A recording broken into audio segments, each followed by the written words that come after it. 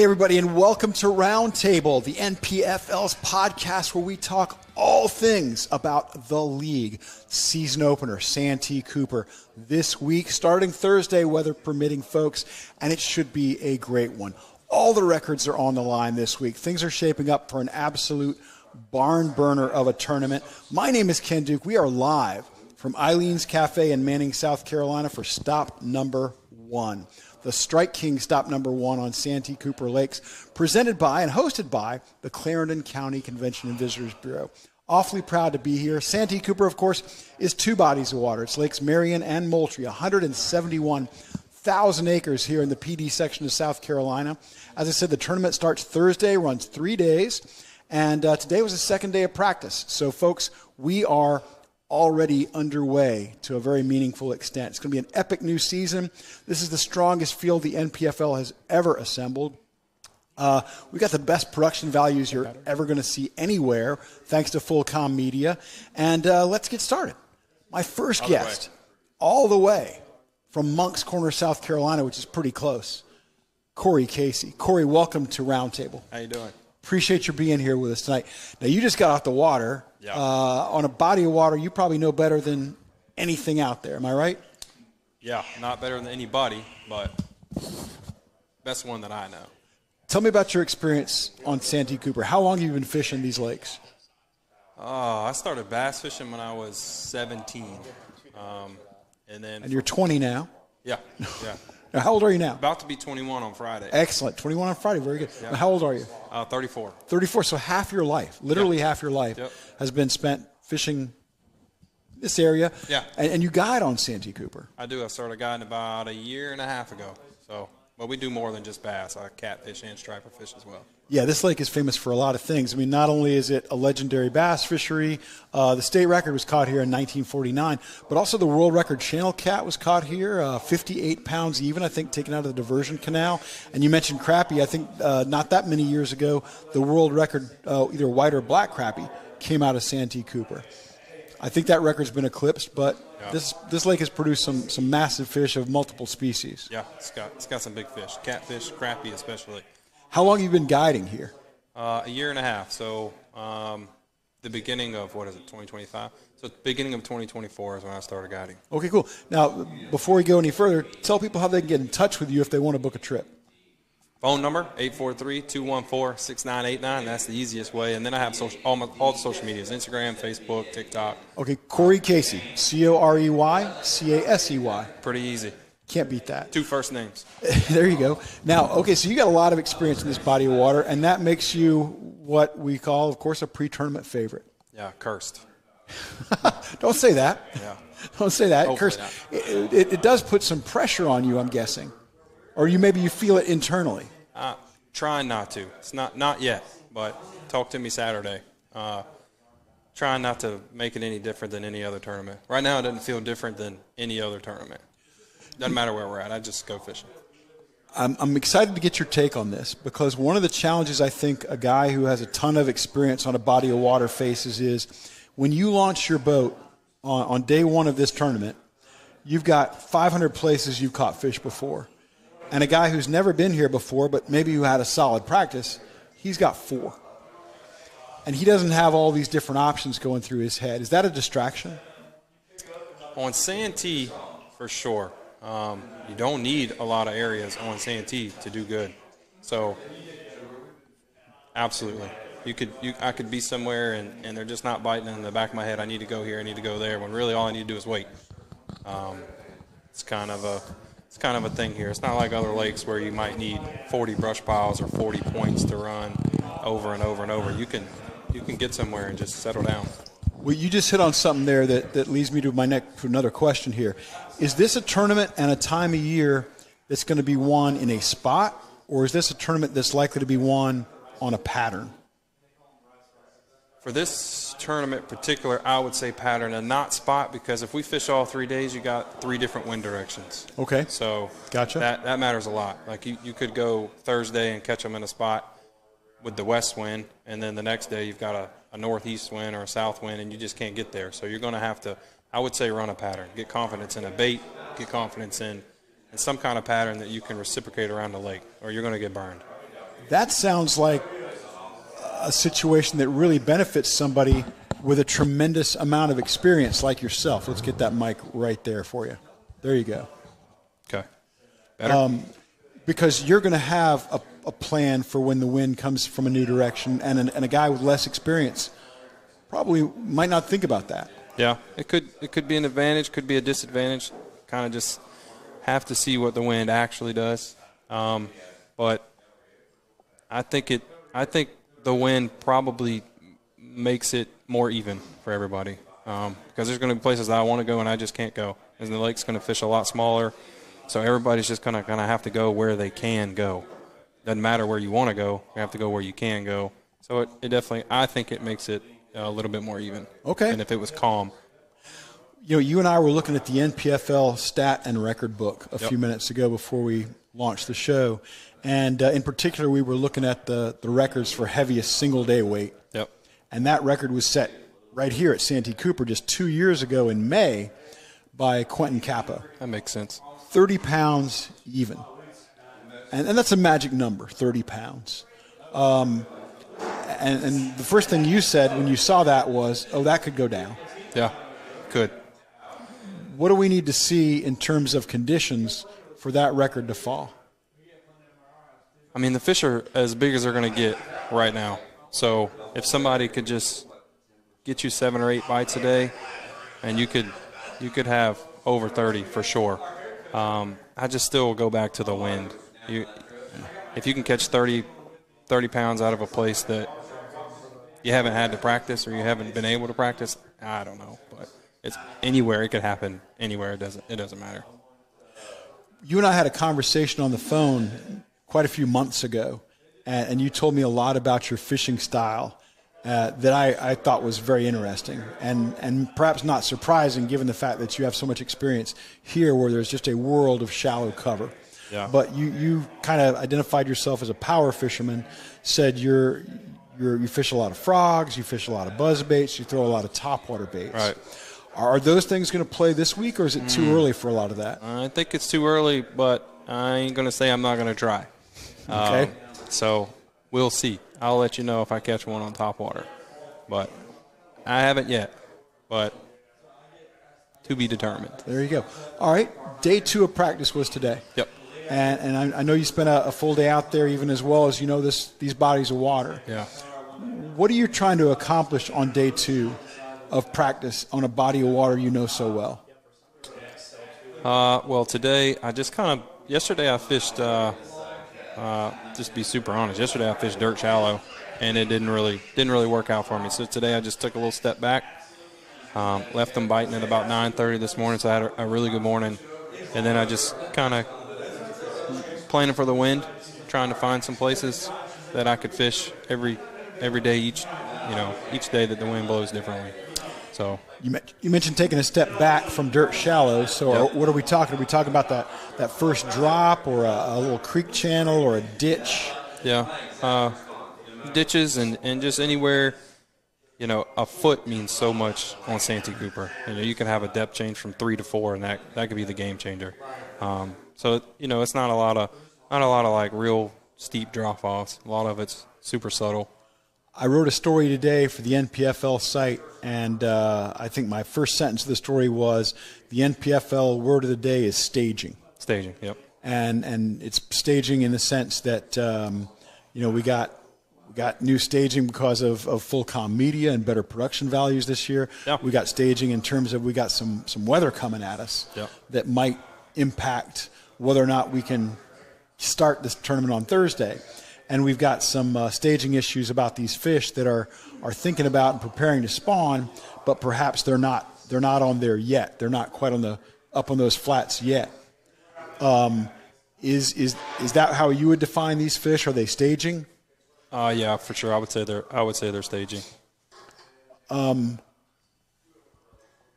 Because if they're in those first ditches, and like you talk about, a foot can mean so much here. Do these fish typically spawn in 2-3 feet of water, and maybe they're staging in the ditches that are 4 or 5 feet deep? Yeah, pretty much exactly right. From my experience, they'll spawn as shallow as their fins sticking out the water. But I haven't seen – that's kind of what I was doing yesterday, just kind of checking and looking and seeing if I've seen any fish and seeing if I've seen any beds and just trying to get a feel for a super shallow. And I didn't feel like they were up there. Somebody might catch 30 pounds up there, but I didn't see it. So that's the reason I kind of just backed off today and trying to catch those staging fish.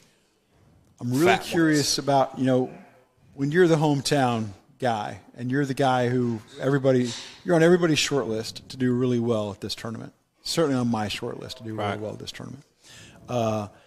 What's a good tournament for Corey Casey in his backyard to start the season? Where do you have to finish? Man, you could call me crazy, but I'm not going to say I don't think I can win one, because I definitely do. But I don't go into any tournament saying if I win, it's a failure. I'm just trying to cut checks, make championships, be consistent, have a little fun, but consistency. So just cut a check. Top 10 would be great. I think if I had to answer it, I would say a top 10, I guess. Okay. But if I come out here with a check and some good points, just move on to the next one. 40-something places are going to be paid. Yep. Last year, as an NPFL rookie, I thought you had a terrific season. You had one outstanding performance at Pickwick where you were sixth. You had one kind of poor performance where you were in the bottom half. Yeah, Saginaw, which you would think I would do good. Fishing dirt shallow. But Saginaw seems like such a different body of water than Santee. Yeah, it was a little, not, I wouldn't say confusing, but you catch 30 or 40 or 50 a day, and why you can't catch more than 13 pounds, I don't know. So I didn't figure out how to get a bigger bite every day. It just didn't come together.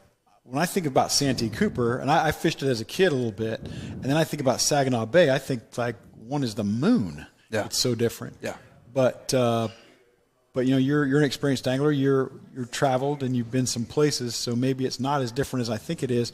Other than Santee, where are you excited about going this year? All of them equally. Oh, come on. I know. Come on. You can do better than that. You know what's bad? I'll just be completely honest. I can't even remember what's on the schedule. I just got it written in my calendar, and I show up and go fishing. Well, that's a great attitude. I like that attitude. But, we're looking at Norman next, coming up in about a month. Douglas in Tennessee. Eufaula, the one in Oklahoma. The St. Lawrence. If you like smallmouth water, it's hard to beat the St. Lawrence. Yeah. And then, if you want to talk about some opportunities to fish some dirt shallow and some muddy water, although it's going to be pretty warm. Yeah. You got Logan Martin to close the regular season. A little different than last year. So I've only been to Logan Martin, and that was last year. So I'm not overly excited about any of them over the other. So. All right, fair enough. Sorry for a bad answer. No, that's not a bad answer. That's a healthy answer. That shows me that you're a professional angler who doesn't get too up or too down based on what the schedule looks like. Right. So good for you. Everybody's got to be there at the same time. So it's a level playing field. Yeah. Everybody's known the schedule for the same amount of time. But I want to go back to your 2024 season. You were a rookie. It's your first time on a trail like this. You're covering waters from truly almost border to border. Yeah. And 28th in Angler of the Year. Impressive. Yeah. You qualified for the championship, which you'll be fishing this fall on Hartwell. And did you call that a successful season? Were you happy with that? Man, when you were explaining it to me, the first thing when you said 28th in AOY, I was thinking, could have been better. That's another professional angler attitude right there. Could have been better. Just missed just a couple missed opportunities, but could have been better. I think I missed a couple of checks by less than a pound. Yeah, you had, and I had some bad days. It wasn't because everybody caught them just way more than me. I just didn't catch anything. So you had 4 tournaments where you were between 32nd and 44th. That's a tight pattern right there. Consistent. Very consistent. Yeah. And you had one really high finish and one pretty low finish. Yep. So I would say that in the world of, if you were firing a rifle at 500 yards and you hit that pattern like you did, I'd say, man, you got that thing pretty well dialed in. It's good enough for you, huh? Well, I don't know. I bet it's not good enough for you. Might be good enough for me. I'd be pretty excited if I were 28th. I think it's all relative. If you know you didn't have any missed opportunities, and you feel like you got everything out of it that you could have, and that was your season, you're okay. I did the best I could do. But when you had a couple fish get off or really made some bad decisions, That's what bothers you. That's what bothers me anyway. Knowing that I left it there wasn't anything that somebody else did, or I didn't have no boat problems or anything like that. Everything ran great all year long. I didn't have any issues. Just had a couple of days where I didn't do what I was supposed to do. I think you should be pretty happy with that, especially your first season with the NPFL. Yeah. This year, I was in the room with you last night when we were doing the pre-tournament meeting, and the level of talent has taken a pretty significant step up. A little bit better, huh? Yeah. Yeah. In a word, yes. Yes. I'm looking out at that crowd out there, and I'm seeing guys who have won Bassmaster Classics and Forest Wood Cups and Angler of the Year titles and other major circuits, and I'm thinking, this is a very talented field. Yeah, very talented. Definitely want to show my respect to all of them, but they can be beat too. They're people just like me. So they like fishing just like me. It doesn't scare me. I'm ready to roll. And starting at home, is that even better? Starting at home. I mean, if I had to choose starting at home or not, I'd say starting at home. Doesn't mean it will be better, but that would be my choice.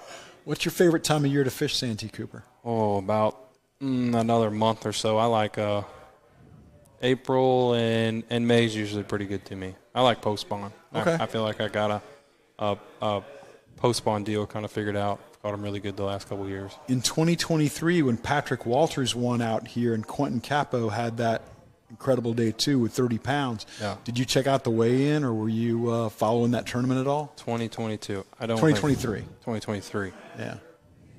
I don't think so. Not on your radar. Okay. I don't think so. I mean, I probably paid attention to it, but I don't remember any specific details. Yeah. Well, they weren't giving away too many specific details. Yeah. Probably. You know how your tournament guys are. I didn't know. Tell me squat. Yeah. Are you going to tell me what all right, what style of bait do you think is going to have an edge or be a player in this tournament? What style? Yeah, is it going to be a bladed jig tournament? Is it going to be a... I think you catch them on a spinnerbait and some sort of bladed jig, chatterbait. I would say square bill, rattle trap, square bill, some kind of moving bait. Especially with the water being muddy, I think that has a lot to do with it. Need to keep moving.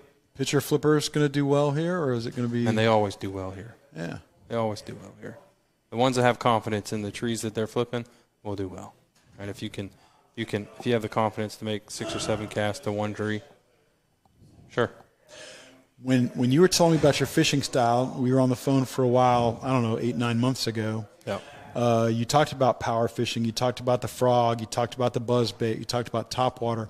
You didn't specifically mention pitching and flipping. Right. But you got to be good at it to fish here and to guide here. You probably don't get to guide for that much, do you? No. Yeah. I do like flipping, pitching, flipping. I don't do a lot of flipping, pitching, I guess, whatever you want to call it on Santee. Like you fish a tree, is that pitching and flipping? I cast to it. Cast to it. Yeah, if you're good at skipping a jig or a buzzbait, then that's the way to go. Yeah, I kind of cast a wacky rig to it with my little fairy wand, and then I move on to the next one. Throw a spinnerbait by it. Do a lot of flipping or punching, I guess you would call it, down on the Cooper River, which connects to Santee. That's really where I grew up, got my tournament start. But a lot of hydrilla and hyacinth mats, flipping with 1 ounce, 1.5 ounce weights. I lived in South Carolina in the 70s and early 80s, decades before you were born. Oh. And back then, the Cooper River was a place that always produced the biggest bass in the state year after year after year. Yeah. Is that still true? It's got some big ones. Yeah. There was a federation tournament, I don't know, 2015 or 14, 42 pounds one. But it was really crazy. It was like an anomaly, 22, 23 pounds is kind of what it takes to win a tournament. And one day somebody comes in with 42, and it's like, whoa. And there is, 8 in my average, lifetime, that's outrageous. Yeah, it's nothing. I mean, there's not even 30-pound bags caught. So it was really crazy. But there's been a couple of 11s caught in the last few years. It's got big fish in it. I heard about a 13 caught not long ago in competition. Yeah, that was on. That was here on Santee. Yep. What do you think if you had to Okay, I'll ask it this way.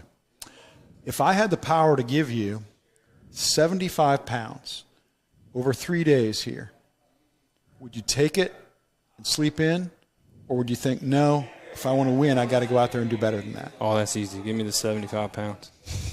You catch more than that, good job. I'll take my top 3 check and move on. I like it. 75 pounds for 2 days if we don't fish one day. If you didn't specify. Yeah. Well, no, I'm saying 75 pounds over 3 days. Oh, okay. All right. Over 3 days. Yeah. You're still going to take the 75. Yeah, I'm taking it. I like it. How about if I can give you 68 pounds? Ooh. Guaranteed 68. It's yours. It's in the bank. Brad Fuller signs off on it, let's say. Yeah, give it to me. Where's the contract? Let's do it.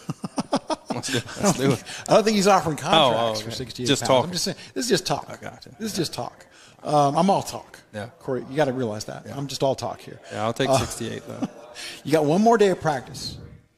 And then we got some significant wind and stuff coming in. Yeah. What do you hope to accomplish in the final day of practice?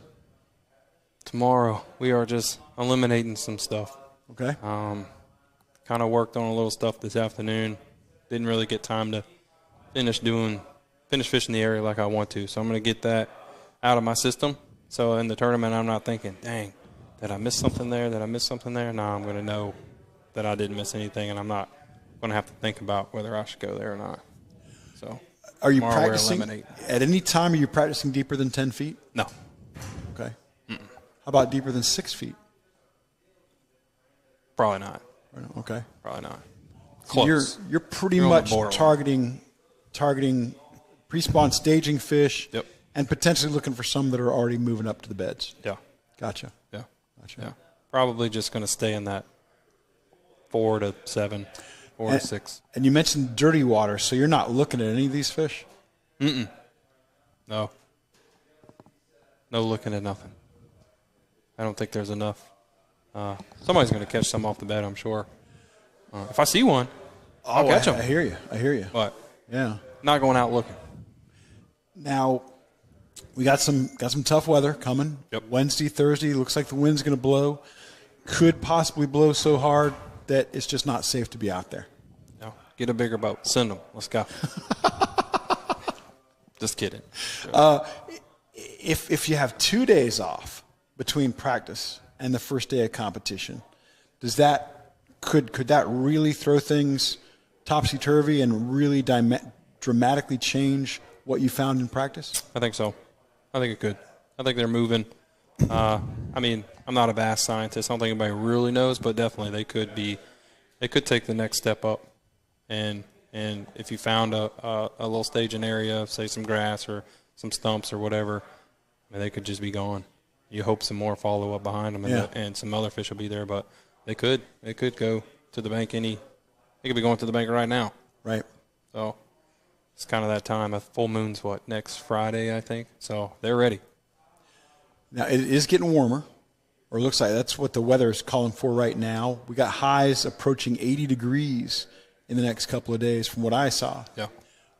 Does that work to Corey Casey's advantage, or is that too much to everybody else's advantage that you don't like it? I try not to worry about everybody else. It works to my advantage because I think it helps catch more fish. So I just hope that I can outfish some people, probably in the same areas. Well, you're going to outfish a lot of people. Yeah. Last time I checked, you know this place like the back of your hand. Come on. We'll see. I got confidence in you if you don't. We'll see. How about that? Yeah, thank you. I'm betting on you. I got big money riding on you. Well, that's not very smart. Don't say that. Not very smart. That makes me feel bad now. Now I'm risking on somebody who doesn't. I know that's untrue. You didn't get this far by making bad decisions. So. All right. So, you told me you'd probably take 68 pounds and what might be a top 10 finish, even over 3 days. If you had to pick a number that you think is going to win this Derby, what would the number be? That's in that 75-pound. 75, okay. I think so, yeah. The wind is just it's such a big factor here. If it was dead calm and somebody found an area with some fish in it, they were really confident and they could just hit it all 3 days, and you can catch, multiple big bags out of the same area on Santee. Like, they'll just keep coming to you. I'm going to ask you to make some bets. Since I'm betting on you, okay. I'm going to ask you to make some bets. 30 pounds is the best single-day weight anybody's ever weighed in an NPFL event, as we said 2 years ago right here at Santee Cooper. Does that record go down this week? Yes. Goes down. Okay. Just what my heart said. I like it. I hope you break it. I hope I do too. Yeah. All right, another record, NPFL I hope I break record. it in 2 days. Oh, that would be 30 pounds over 2 days. Well, are you talking about 60 pounds over 2 days, or are you talking about just 30 pounds total over 2 days? Because that won't get you very far. No. Well, that's not. Yeah, it's not. It's got to start somewhere. Yeah, but you don't want to settle for that. Yeah. And then we got another record, the biggest bass ever caught in NPFL history, which came in the championship last year on Amistad, is 11.9. Will that go down? I'm sorry, 10.9. No. Will that go down? I don't think so. Not a 10. It could. 10.9. It could, but I don't think so. Okay. If I had to bet, I'd say no. Gotcha. No. See, I think that one. I like that one going down too. Bet on live. $5. 5? You're on. Sold. Good deal. I'm betting on that one to go down. Y'all saw that, huh? Want my $5. Witnesses. I'm going to pay. I think I got $4 on me now. You might want to collect it right away. But I'm now. Okay, so we got $5 riding on it. Okay. If you catch a 12, what are you going to do? Are you going to weigh it in and lose the bet to me, or just release that fish? I have to think about it. Depends on how big my other 4 are. There you go. So. All right. I think that's probably a got any advice? What do you think I should do? I'd weigh it in. Yeah. I'd weigh it in because it's going to be part of probably a 35 or 36 pound bag. Yeah, and then you win the bet. Win-win. Yeah, either way I win. Yeah. I get to amend the record book. I get to collect from you. Wasn't a very smart bet, was it? Not for you, no, because I think you're going to break it. I hope so. I hope so too. I'm rooting for you, man. You're right. I'm rooting for you. I got a world of confidence in you, whether you do or not. Yeah. 12-9 eats a chatterbait. I'll catch him. I love a chatterbait. Yeah. If you catch it on a chatterbait, that'd be awesome. If you catch it on a spinnerbait, awesome. Yeah. If you catch it on a Texas rig lizard, however you catch it, you just get it to the boat, put it in the boat, be awesome. Bring it to the scales. Yeah. Corey Casey, how can folks get in touch with you so you can take them fishing on these bodies of water? Once again, phone number, 843-214-6989. Just give me a call, give me a text. I got my website, CoreyCaseyFishingAndGuideService.com. I got Facebook, Corey Casey Guide Service, Instagram, TikTok. They can find you. You name it, it's there. No excuses. This is a legendary body of water. Did you know I sank my first bass boat on Santee Cooper on Marion? I do now. Sank it. I was 16 years old, sank it here. Did you hit something or just got so rough? Oh, yeah, I hit something. Nice. Hey, Corey, before you go, one of our viewers asked, what's the biggest bag you've ever personally caught on Santee Cooper, your best 5 in a day? My best spot. By myself, 29 something. 29, 72, and it's going to sound crazy, but I left them biting. My only regret is I didn't stay, and I could have caught over 30. That was a one-day derby? It was just a one day, but I knew I had it won, so I just left. There you go. It's not a bad play necessarily. They're still there, and they've grown. Oh, I hope so. And you'll get them here. We'll get them this week. I'll let you know. Corey Casey, a pleasure. We're done? Thanks, man. We're done. If you don't mind. Fastest 25 minutes ever. I know. It's awesome. It's fun when you're having fun. It is, and we're gonna talk to Vincent Rappa in a minute. He's one of the co-owners of this fine establishment. You ever been here before? Never. You're gonna have to come back and eat one night. I think so. You'll do it. You'll spend some of your $100,000 winnings here. Oh, I'm down with that. All right, man. I can do that. Hey, thanks for the time. We appreciate you. Thank you. Turn them up tomorrow. Get on them tomorrow during practice, and go out there and win this derby. I'm going to try my best. I know you are. Thank you, sir. For you. I'm betting on you. Thank you. Counting on you. $5. You got it. Hey, folks, Corey Casey, Moncks Corner, South Carolina, guide on Santee Cooper, a man who knows a thing or two about this body of water. And now, though, we're going to talk with Vincent Rappa. Vincent. Oh, man, I said in the wrong seat. Yikes, I said in the wrong seat. I do something wrong every time. Every single time. But we're going to get a lot of that corrected right now. There we go. We got, folks, this is Vincent Rappa. Vincent is one of the owners here at this wonderful establishment, Eileen's Cafe, here in Manning, South Carolina. Vincent, you got the mustache working now. Yeah, I like to try to look good when I can. I've given up. I work in the kitchen, so it's funny because it's pointless, but... Now, you were telling me when we met that you've been here in Manning, South Carolina for about 5 years now? Yes, sir. And in the restaurant business that whole time? Yes, I've been in the restaurant business for at least the last 13, 15 years. And you've been in the restaurant business, I think, in San Diego? Yes, sir. In Wyoming? Yeah, Jackson Hole. Always the same style of food? No. What's your wheelhouse? I mean, I'm traditionally trained, and my wheelhouse is kind of all over the place. So my personal propriety is French fusion. I would like to take classic techniques from all across the world because I really believe that. So imagine you have a painting, right? Okay. And you're seeing this painting on the wall in a museum. You know what you can't do with that painting? You can't touch take it home. You can't take it home. You can throw soup at it.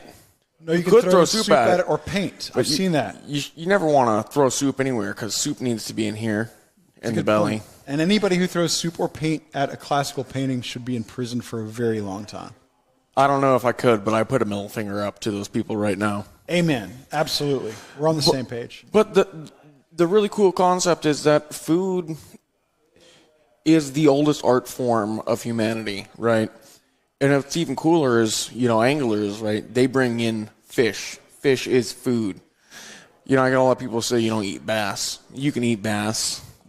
Bass is delicious. Bass is delicious. It's all about the way you cook it. White, flaky meat. And every biologist I've spoken to for the last 25 years, Vincent, has told me that we do not eat enough bass. Oh, it's delicious. A lot of people will take me to task about that, but I eat bass occasionally. They're delicious, as you say. And, as I was telling you, in Wyoming, I did a lot of fly fishing, and I caught trout. Yeah. And, obviously trout is a delectable meat. But what's cool is, fishing stems from the same thing that cooking stems from, and that's a historical need for us to fuel ourselves in order to become what we were meant to be. The human beings we were meant to be, we got there because of agriculture, because of hunting and gathering, because of cooking. I've long felt that to be a human being, we should all have the experience of hunting or fishing to get our food, and also to grow something, a vegetable, a fruit, something, to have that experience to be a full human being. Absolutely. And what's excellent is when you combine these together, you get something that's far much more, and don't get me wrong, because I love art. I love music. I'm a musician myself. Right. I'm a painter myself. But the things about those is you can only enjoy music and art from afar. Food is the one art form that tells the prehistoric tale of humanity and takes it to a place where you can eat it. You can eat the story of your ancestors through food. Everything I do here, the smoked meats, these are all traditions that are passed down over time. Every flavor, every concept is because of trade routes made, of history made, conquerors, conquest completed, fulfilled full circle, and we get to enjoy that as modern human beings, all of the fruits of the efforts of our ancestors combined. And it's not some type of, this way or that way. This is the ultimate melting pot, is when you combine people who create food, agriculturalists, people who catch food, and then people who make food. So it's a perfect combination. You have somebody who's catching fish and somebody who's preparing it. I've had an opportunity to talk to a lot of people who prepare food, who are in that aspect. They're doing what you're doing. I've never spoken to anybody who looks at it more holistically, like you do, and historically, like you do. If somebody were to, and I hope anybody watching this who has the opportunity to come to this part of South Carolina, we're in Manning, just away from the Santee Cooper Lakes, comes to Eileen's Cafe. What would they find here on the menu? Tell us about some of that. So as I was talking about, I like to do a lot of French fusion because that's where I came from. That's my ultimate style. Back in Jackson, I was doing, French-Japanese fusion because that was something that was very wanted. Here, I'm doing a French Southern fusion. Not in the same concept that Creole or Cajun, but I'm taking the techniques that make French food, and applying that to Southern barbecue. Wow. Okay, that's a departure, I would think. Now, obviously, you're not from around here. Is that correct? I'm actually from Atlanta, Georgia originally. Okay, so you're from the South, although Atlanta is marginally the South these days. But I mean, it's a very metropolitan place. Not a lot of people living in Atlanta are from Georgia. But you do have a lot of experience in the South, obviously. So is it a natural connection for you to take that French fusion and adapt it to Southern tastes? Well, I mean, absolutely, because at its root, all Southern food comes from French culinary. Really? Okay, I did not know absolutely. that. I mean, I had no idea. Think about some of your basic staples like picro. You know, it's a rice dish made with stock, butter. You want squirrel? It's a hunter's dish. You know, jambalaya. This is also French. You know, we're taking the concepts of traditional farmer food from French, German, and Italian descents, and we're applying them to new grains, beans, proteins, and we're doing the same thing that we've always done as human beings for the longest time. You know, like for example, smoked food is an indigenous food. Smoking comes from, a big part of it comes from indigenous American, South American, and Central American cuisine. And it's all about preservation, is the whole point of smoking at its core concept. When they started doing that, it wasn't about flavor, but we adapted that flavor to our palate. And now we're just all about doing everything as most delicious as we can. And I'm not talking about me and my restaurant, I'm talking about as civilization. We've learned all of these techniques, we're melding them together. It's the whole point of America in itself is melding all of these cultures together. Right.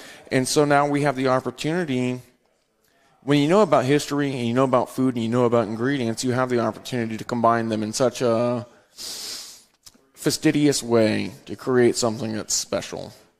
And like some of the things that you're going to come and you're going to find here are organic sandwiches. And I don't mean organic as in, you know, your supermarket organic. I'm talking about original concepts. Instead of having a Reuben sandwich, we have our own personal injected, house cured, and there's a lot that goes into this that people don't consider when you're curing things down a restaurant. It's not the same as it was, and it's not the same as it is when you're doing it on a mass-produced level. When you're curing food for a small time community, because that's what Eileen's is all about, community. I mean, you've seen our region, our area. This is our people. This is what we're about. We're not about trying to be Charleston and looking for mass tourism. Right. Our community is about the people who are here, the people who want to come here. And they don't come here for tourism. They come here to partake in the originality that is Manning, South Carolina. And that's what we're trying to do with our culinary. So, you know, instead of the Reuben, we've got our house-injected, cured, slow-smoked pastrami that is just a huge brisket on our custom smoker. And we just rock it. And then when it hits the perfect temperature, we wrap it, we throw it onto our other smoker, and we let it just hang about. You know, it hangs out at that perfect temperature, and usually for about 12 hours. So we do 12 hours on the big boy and give it the smoke. And during about the halfway point, we wrap it up and let it settle and create that braise, because that brisket's creating its own juices. So we wrap it up in a nice little boat, and we send it on its way, Bob Ross style, you know. And I like it. When it's done, we throw it on the other smoker, we let it sit, we pull it. I braise my onions in brisket stock, just straight off the pan. And, it's funny, au jus, for example, that's French with sauce. It's literally just what it means. So we take that au jus, the pon jus specifically, the juice straight from the pan, mix it in.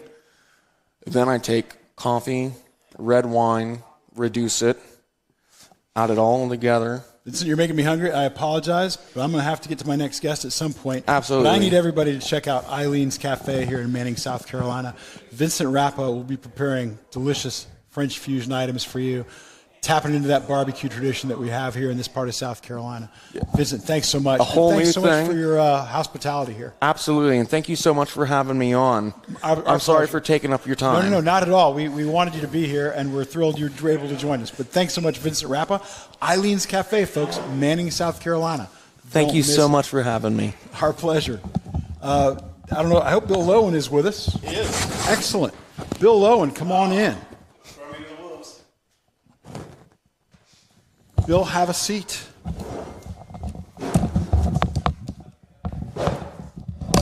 Vincent was making me hungry. We had to get him off camera. He was making me way too hungry. It sounded too good.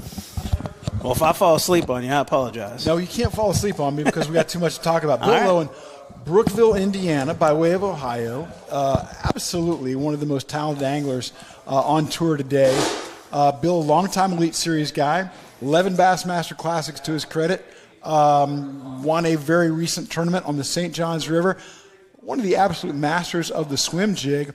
But, Bill, you were a rookie or a first-year performer with the NPFL. What do you think so far? I like what I see. It's kind of hard to describe or put into words, After last year, coming off my worst year ever in my career, my 20-year career, I finished 85th in the points, and I just kind of have been hung up between forward-facing sonar, fishing my style of fishing, and I kind of been fighting that the last few years. And finally, I made a decision that, hey, we're going to fish forward-facing sonar when we have to. Other than that, we're going to fish our style. You guys eliminated forward-facing sonar. I said, wow, that'd be cool to try to break into that and maybe get involved with that. And here we are. And like I said, I like what I see. I like the family atmosphere. I'm a big family guy. Oh, yeah. And I'm seeing a lot of that. And, just excited to get started. Speaking of family, I don't know if your wonderful wife Jennifer is here with you. She is. But anybody who's ever seen a Bassmaster Elite Series tournament and heard the roar that comes up from one human voice when Bill walks across the stage, that is his bride, Jennifer. That's her. And, now the kids are kind of, screaming their heads off too. I've been very fortunate, very blessed my whole career for them to travel with me. We live in an RV on the road, basically. The kids are homeschooled.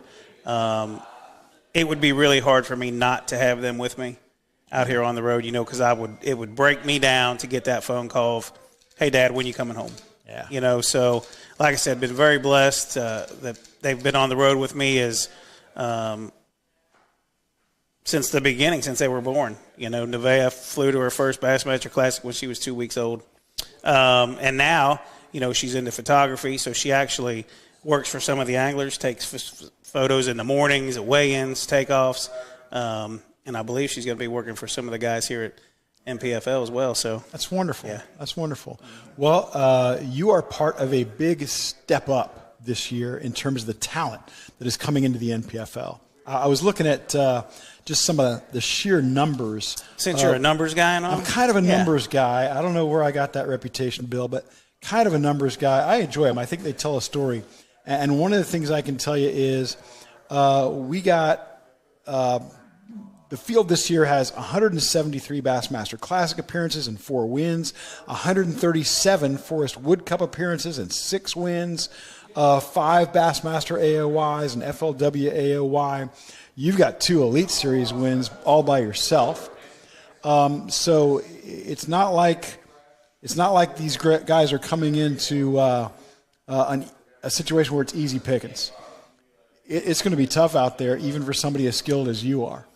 Yeah, it's it doesn't seem, it is. It's getting tougher and tougher every single year. You know, the caliber of anglers, the quality of anglers that are coming nowadays are light years ahead of where I was when I started. It seems like that learning curve is so much faster, and obviously because it's social media and things, I mean, there's an information highway that you can learn. I might as well say you can learn overnight.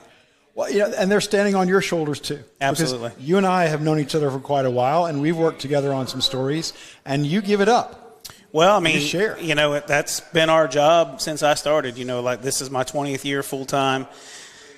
And that's what your sponsors want. They want you to sell rods, reels, line, tackle, whatever that may be. And that was our job to do that, you know, and we spilled our guts to teach somebody how to swim a jig or throw a flat-sided crankbait or whatever that may be. So, yeah, I mean, basically I've done that my whole career.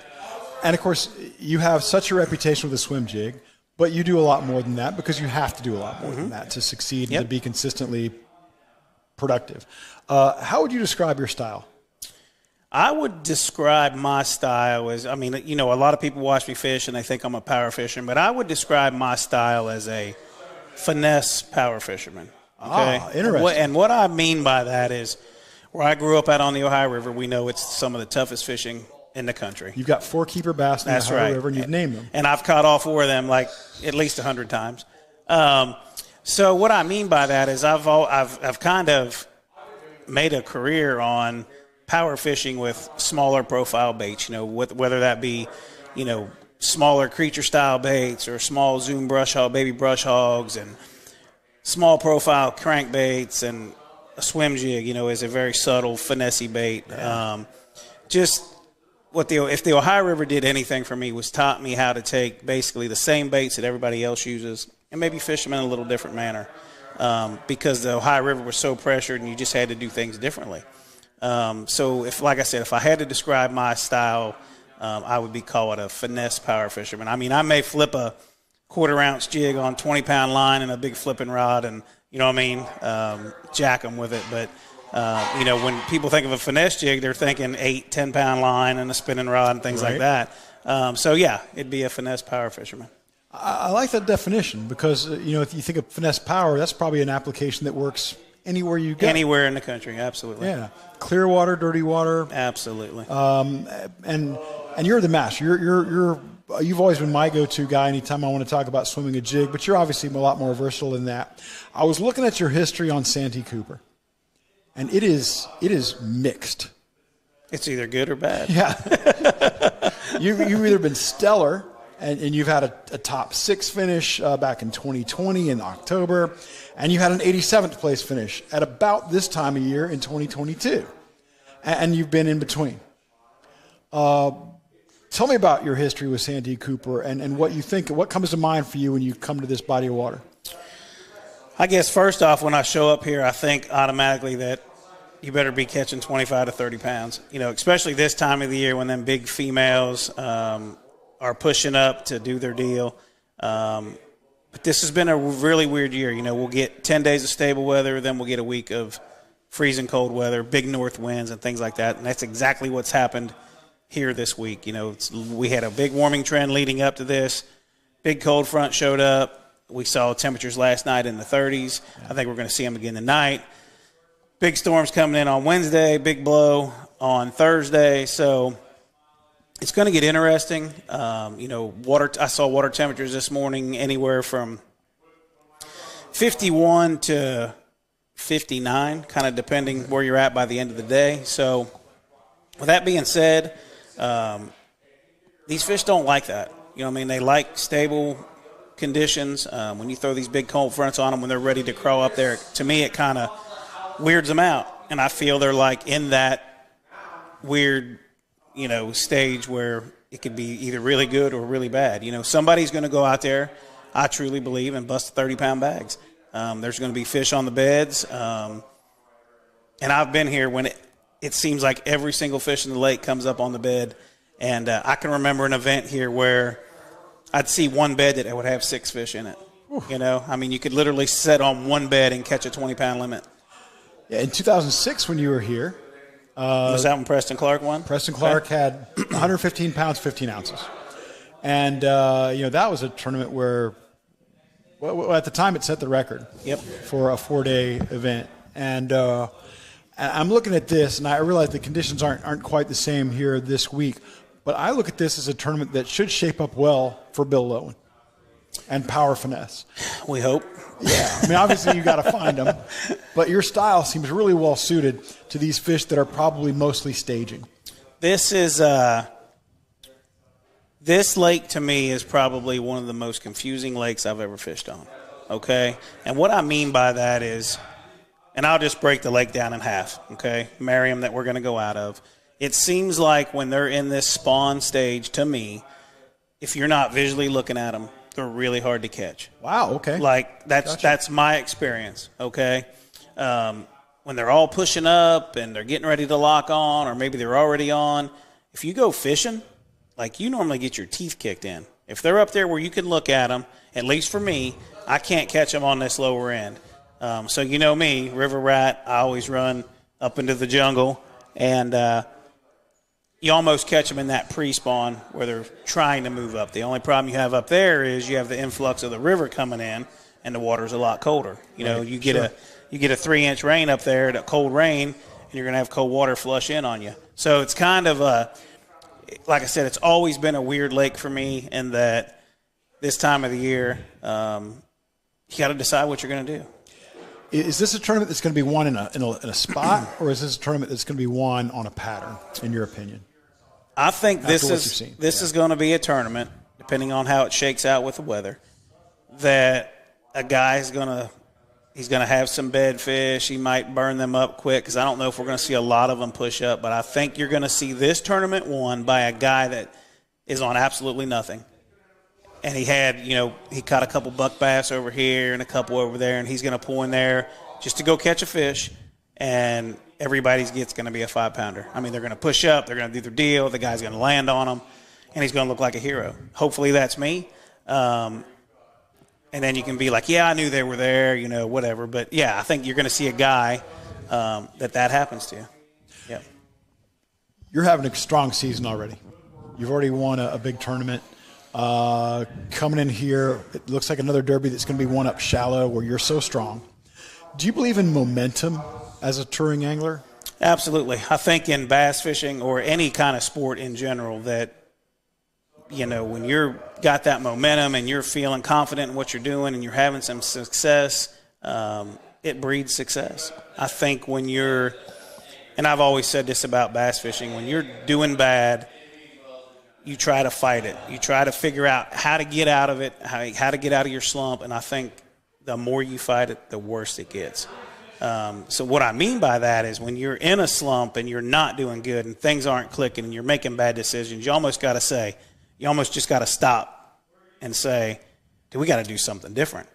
And that's exactly what I've done this year. Like I said, coming off of my worst year last year, I told Jennifer, I said, we're going to fish forward-facing sonar when we have to, but we are going to buckle down and we're going to fish the way that we fish. And when this year started and they said go, I don't want to say I've never been more confident, but I always would be nervous or jittery before the event when they say go. This year it was like I had a calmness over me that was like, let's just go fishing. Let's have fun. And that's what we did, and that's what we've done, and that's what we're going to continue to do. I always think of you as a very level-headed guy, a guy who doesn't get up, doesn't get too down. You just turned 50 not long ago. You call me an old man? I am. All right, very good. I can take it. Because I'm much older. Right. So I feel like it's fair. As an older guy, you're not one of the young guys in the field. Not anymore. No. How are you different from when I first met you 20-odd years ago? I don't know. I mean, honestly. You don't look much different, I'll give you that. You still look young. I feel different. I feel a little sore here and sore there. But it gets worse. I guess I'm just. How has your approach changed? It hasn't really changed. I haven't changed. What's easier and what's harder? Because that's a question I asked Clun when he was probably 70. What about being 50 and being in this business? What about being 50 is easier than when you were 30? If anything. Nothing really jumps out at me. You know, The experience level is an advantage? I think it always is, but that can also be a bad thing. You know what I mean? You can also have so many demons in your head telling you to go try to do something else when you know you should be doing something else, right?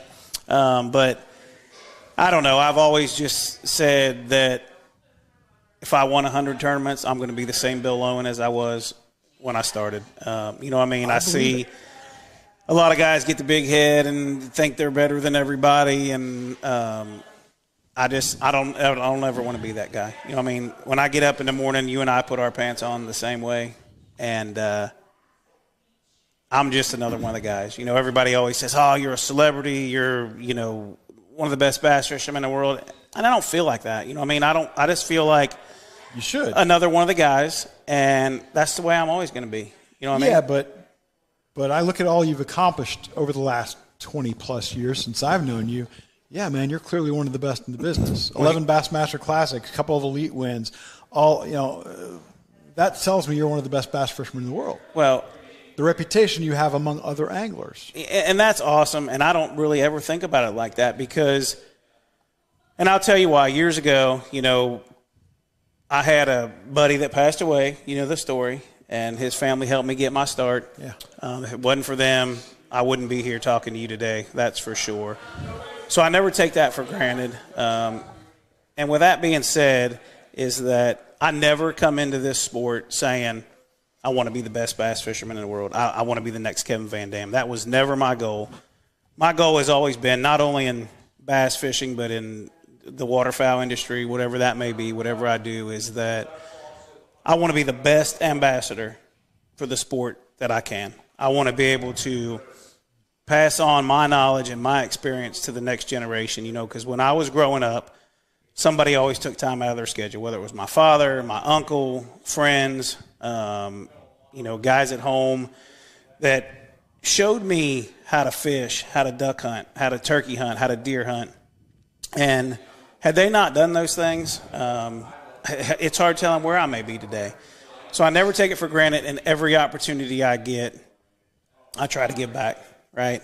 So like I said, I've never, ever started this to be the best fisherman in the world or the best bass angler, but it was always to be the best ambassador. I think you've succeeded at that tremendously. When I think about you, I think about a great friend of yours who you spent a lot of time with back in the day when he was still active on the tour. And I always think of you as kind of I don't know if the old soul is the right term, but you've always been a very mature guy. And you hung out with, spent a lot of time with Denny Brower, who I think we both admire a great deal. Absolutely. What did Denny teach you about the career? How did he help you? If Denny taught me anything, it was, you know, going back to this finesse power fishing, right? Yeah. You know, Denny's a power fisherman. Look, let's face it. He's like, if anyone ever made a black and blue jig popular, it was that man, right? It was that man. And I'll never forget, he told me one time, he said, "Bill, you catch a lot of fish. You make a lot of classics. You do really well. You're very consistent." He said, "But if you would start fishing bigger baits, you start winning events," right? And I never forgot that.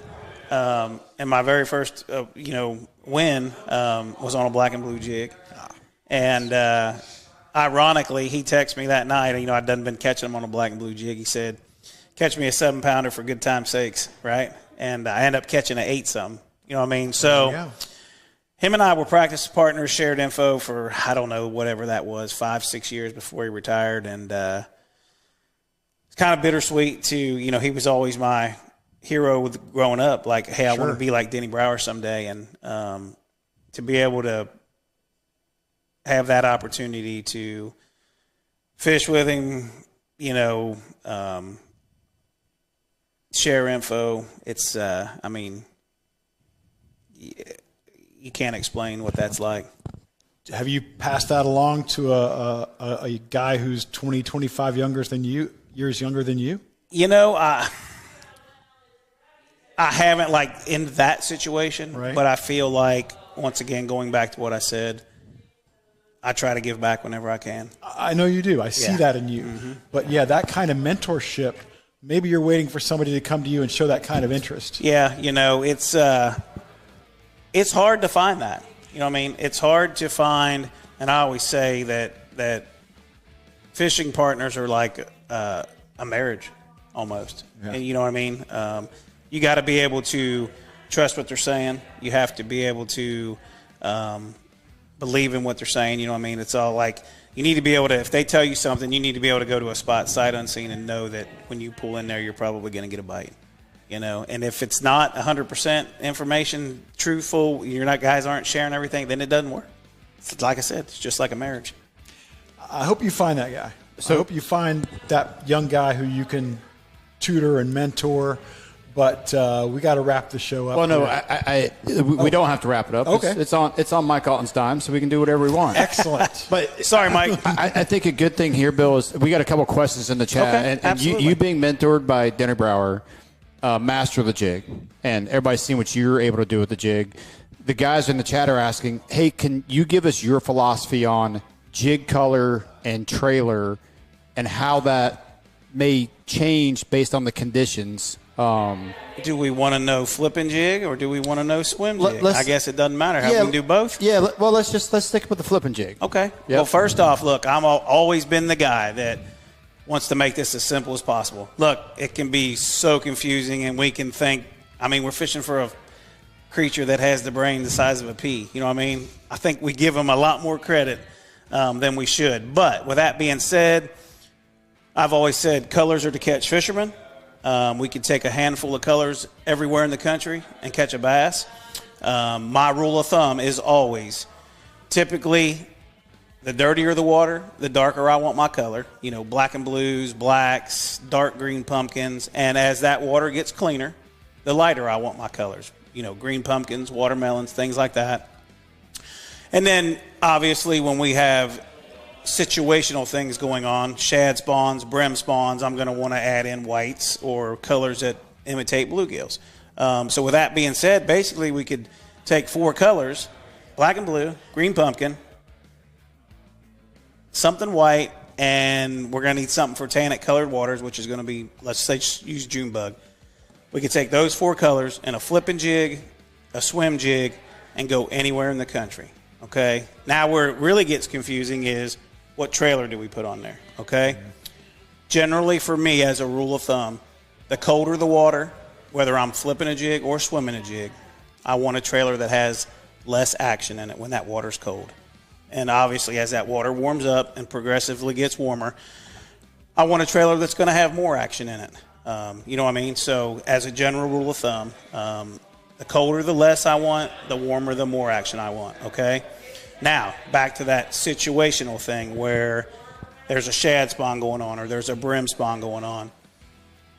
A lot of my swim jig trailers, a lot of my flipping trailers are crawfish imitators, okay? That means something with kicky legs, something with flappy legs, something like a Zoom Super Chunk that doesn't have a lot of action, And then when we talk about those situational things where we're talking about shad spawn, bluegill spawn, that's when I'm going to reach for a boot tail style swim bait trailer. Something that, we always hear us say, match the hatch. So I'm looking for that bait fish type profile. So like I said, once again, 4 colors, black and blue, green pumpkin, June bug, something white, trailers. Colder the water, the less action I want. The warmer the water, the more. Situational, boot tail trailers for the bait fish profile. And pretty much if you take that system anywhere in the country, I don't care if you're fishing for spotted bass, largemouth, smallmouth, that system will work. The next thing we could talk about is sizes on a jig, okay? I'm a big fan of, I call it floating a swim jig or keeping it in the strike zone as long as I can. And all these jigs I'm talking about are available at Lure Parts Online, my whole signature series. Yeah. My favorite size is a 1/4 ounce in a swim jig. I know a lot of guys like 3/8 and halves because them guys like to scoot a swim jig really, really fast. I really reach for that 1/4 a lot. 1/4, 5/16 so I can float it and keep it around the cover as long as I possibly can. That's kind of been one of my secret things that I don't talk. I talk about it a lot, but not really like diving into it. But if I had to reach for two sizes that would be my go-to on a swim jig would be a 1/4 or a 5/16. And you have tremendous success on a swim jig in Florida where a lot of guys struggle with that bait. You won a tournament recently on the St. John's with a swim jig, and I've seen you catch double-digit largemouth and win big bass in tournaments on a swim jig in Florida when other guys just bomb. Well, I think in Florida a lot of guys fish a swim jig too fast. Okay. Especially when frontal conditions and things like that are going on. I just feel like you got to really slow down. And like I said, that 1/4 or that 5/16 gives me the ability to slow that jig really down, really, really slow. And then if I want to fish it fast or maybe fish it a little deeper or fish it through thick vegetation, then that's when I'll reach for a 3/8 or a 1/2 ounce. On my flipping jig is available from an 1/8 ounce all the way up to a 5/8. An 8? Yeah, so once again, talking about that finesse power fishing, I have an 1/8 ounce flipping jig that you could flip on 20-pound line and a flipping rod and crack them. Because to me, there's nothing more important than rate of fall on a jig, especially on a flipping jig. There's days they want it falling really slow, and there's days they want it falling really fast, okay? I hear so many times from guys that go to their fish and they can't get bit, and they're like, I don't know where they went. They're gone. 90% of the time, unless there's been a drastic change, whether that be weather, flood water coming in, unless there's been a drastic change, 90% of the time your fish don't leave. They're still right there. You just haven't figured out how to catch them. I mean, let's face it. How many times have you heard guys come into the weigh-in and say, man, if I'd have just had another hour, I would have won this event? Because it took them 8 hours to figure out how to get a bite again, okay? And what I see when things aren't, there's two things that I'll try before I say, okay, I got to get out of here. This isn't going to happen. Okay, first thing for me is going to be color, okay? Like yesterday it was black and blue, today it may be green pumpkin, or vice versa, whatever that may be. So I'm going to try a color thing first, okay? Let's say I'm flipping a 1/2 ounce jig, black and blue, that was the deal, that's what I'm going to do. I get started, it ain't working. My first thing is I'm going to change color. I'm going to stay with the 1/2 ounce, but I'm going to change color, okay? The next thing that I'm going to try, which I feel is the most important thing, is that rate of fall. Okay. Yesterday they were eating a 1/2 ounce, which is a fast fall. Yeah. Okay. Today they may want it slower or they may want it faster. Do you manipulate the rate of fall mostly by weight of the jig or by trailer? Typically I'll go with the weight of the jig first because I feel like I have the profile that they want. Gotcha. Just from what I've seen in practice. But typically for me, it doesn't matter if I'm flipping a jig, if I'm flipping a brush hog, whatever it may be, I'm going to try those two things, color, and then if that's not the deal, to me, it's typically rate of fall. And once you figure out rate of fall, look, guys, bass fishing is nothing but a big puzzle, and you have to pay attention to every single bite, every single detail, exactly what you were doing. Were you swimming it? Were you hopping it? Were you dead sticking it? If you miss one little piece of that puzzle, then it's going to be a long day.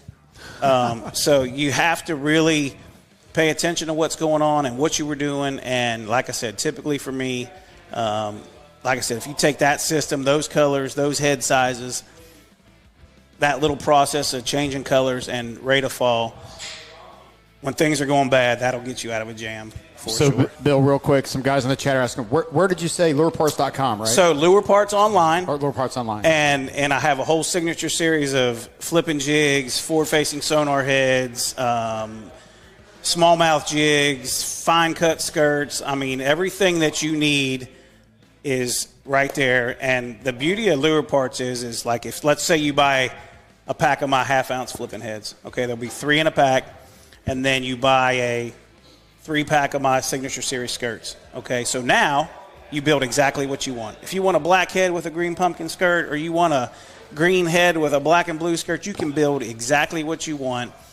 And then when it's all said and done, you get a high-quality jig with a Gamakatsu hook in it.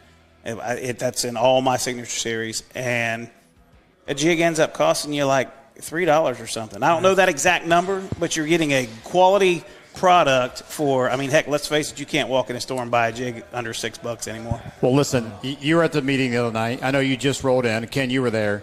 So we're going to clip this out and we're going to hang this on the website because our job this year at the NPFL is the 3 E's, as Big Fat Cat said, right?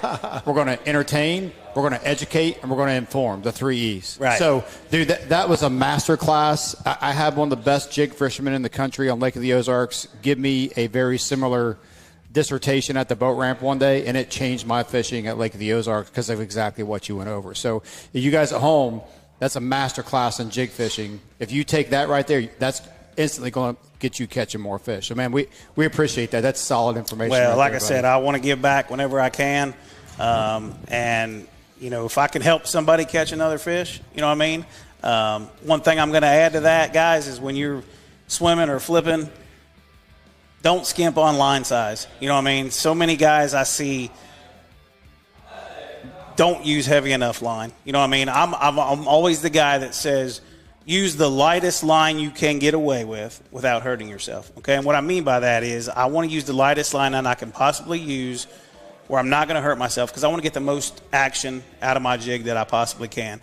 I'm probably one of the very few guys on the tours that swim a jig on 30-pound braid. I swim on 30-pound Tactex from Seaguar because I want to have the most action out of that jig when I'm shaking it, okay? When I put it on 65 or something like that, I always say I feel like it's on a jump rope. Right, so I don't feel like I get a lot of action out of it. Knock on wood, I've never been broke off on 30-pound. I've caught 10-pounders, and I mean, so the system works. When I'm flipping, I'm either 20 or 22-pound Tatsu Seaguar fluorocarbon on my flipping rod, and if I got to go below that, I'll go to 17, but typically never below 17. So, hey, Bill, what do you like Tatsu over some of the other? So. My workhorse line is the line that I use for basically everything is Invisex, right, which is yellow label.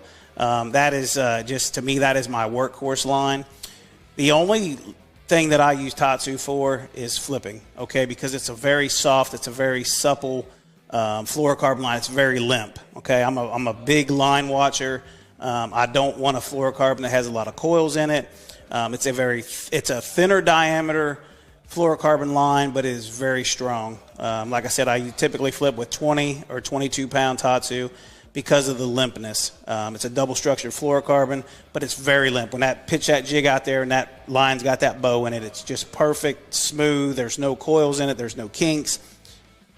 And if I see that line hop, I know I got a bite, right? If that line does something it's not supposed to, and if you use a fluorocarbon that has a lot of memory in it, and get coils in it, you're going to miss that bite. So to me, Tatsu is the best flipping line I've ever put on a flipping rod. That's great, man. Especially for jig fishing. So, yeah. Yes, Seaguar makes some fabulous stuff. Absolutely. Yeah. Hey, Bill Owen, can't thank you enough, man. Rooting for you out there. I'll be rooting for you all year long. Always been a fan. Appreciate your time tonight. I know you need to get some rest. You got another day of practice. It's one more day of practice. Today was kind of slow, got a lot of bites, just didn't see the quality for what I know is fixing to go down. So, yeah, we missed a day of practice. But, hey, we got one more left. And, you know, it's really cool this year. Something I want to add before we get out of here is that years ago my dad used to travel with me and practice with me. And been a long time since him and I got to do that, you know, because we haven't had the ability to do that. And today, you know, my son Fisher, he's 13. Today is the first time in basically since he's been alive that he's been able to go on the water and practice for an event with me. I mean, he gets to fish with me all the time, travels all over the country, goes to the best fisheries in the world. But today he got to see what Dad does every day when he's trying to break down a body of water. You know, he's just used to, hey, we figure out how to catch one and we just wreck them all day, right? Today it was like, we get a bite doing this, and then we change and try something different. Like, well, why are we doing that? Why? Like, why can't we just keep catching them, Dad? I'm like, well, look, we got to figure out how to get more bites, or maybe there's something that's better than another. And it was just really cool for him to get to experience that. Like I said, my dad did that with me because he was a tournament fisherman when I was a kid growing up, and it's just really cool. I mean, I can't describe that feeling, but it was pretty awesome. And to tell him last night that he could go with me and to see the excitement in his eyes and a twinkle. I remember what that feeling was like when I was his age. That's wonderful. And what Bill is talking about is NPFL rules allow Bill and the other pros to fish with family members during practice and things like that. Absolutely. So it's great that you had that experience. Yeah, it was, like I said, first time. And now he's sitting in the camper going, well, heck, I'll get to fish on the St. Lawrence with you, and I get to do this. So, hey, look, that's the future generation. And if we can change one person's life and get them on the water, and we've done our job. And we hear all the time, Bill, growing the sport. Absolutely. Growing the sport. If you're not going to do things that actually grow the sport, that's why we're steadfast. That's not leaving the NPFL. Right. So thanks for saying that, man. Absolutely. We love it. We love seeing the joy in your face and your kids' face. So thanks for mentioning that. Yep. Perfect. Yeah, well, thank you for joining us, Bill. And hey, thanks to everybody out there for catching up with us on this edition of Roundtable. Our tournament begins Thursday, March 6th, weather permitting, of course. And live weigh-ins will be Thursday, Friday, Saturday at 3 p.m. Eastern with Big Al McCullough. He is going to bring you the boom. Live coverage of competition will begin on Friday and Saturday. That's where Luke Duncan and Fat Cat Newton get into the action. They are the best in the business, folks, and you're going to enjoy them. They entertain, they educate, they inspire. They do all these things we joke about. They inform, all those E's and some of them I's. But they're terrific, and I hope you'll catch up with them and watch that. Roundtable is going to be back tomorrow, 7:30 p.m. Eastern. One of my guests are going to be Drew Cook and Patrick Walters. We will catch you then. So come on back tomorrow.